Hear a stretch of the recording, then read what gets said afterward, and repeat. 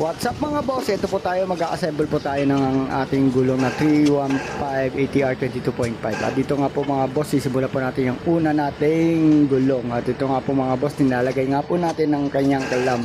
At dito na nga po mga boss, lalagyan na rin po natin ng ating mounting compound para po mas madulas at mas madaling gamitin. At ito nga po mga boss, yun, pasok na at one down. At dito na nga po mga boss, tuloy-tuloy natin to, let's go. Sisimulan na nga po natin lahat sila apat na pang left side. Ito nga po mga boss ang una, at yun nga po mga boss, at same process pa rin po yan mga boss. Dadala po tayo ng ating rim, at yun nga po mga boss, ang rim lalagyan ng clam, at lalagay ang gulong, lalagyan ng mounting compound, and then press, boom, 3. Doon nga po mga boss, dito nga po yung pang-apat na pang left side natin. Lagyan po natin ng ring, lagyan ng alam, at ito nga po, lagyan ang gulong, lagyan ng mounting compound, and then press. Ayan nga po mga boss. At dito na nga po mga boss, dito naman tayo mag-iisip mula ng ating pang right side. At ito nga po mga boss, lalagyan na nga po natin ng clam. At dito nga po mga boss, yung gulong. At right side na po yan mga boss, kasi nga po right side, tingnan nyo po yung groove niya po papunta rito sa kanan niya nga po, kaya nga po sinabi natin right side yan siya.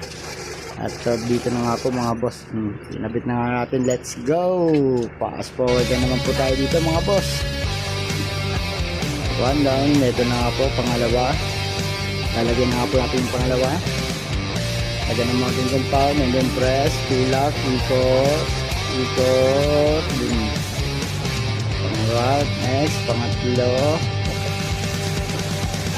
Okay, 12 pieces nga po pala yung mga boss, lahat-lahat yan sila.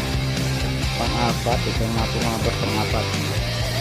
At yun nga, press, ikot, pasok nga po mga boss. At ngayon nga po, pang-apat. Okay, nandito naman po tayo sa pang-kanyang, ito pala yung pang-apat, malibing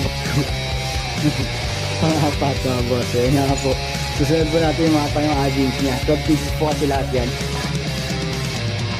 Kakasapukan natin sa 12 wheelers. Ito nga po mga boss ang pang-I-beams. Itong pang-I-beams, wala naman pong rotation to, kaya kahit anong bali-bali man natin okay lang. Pero ang code ko dyan, yung serial, tinatapat ko po sa pinaka-turtle back ng rim. At ito na nga po mga boss, inaasa na nga po natin. Sabay ikot. Yan na nga po mga boss, yung ikot natin. At medyo mahirap yun, pasok.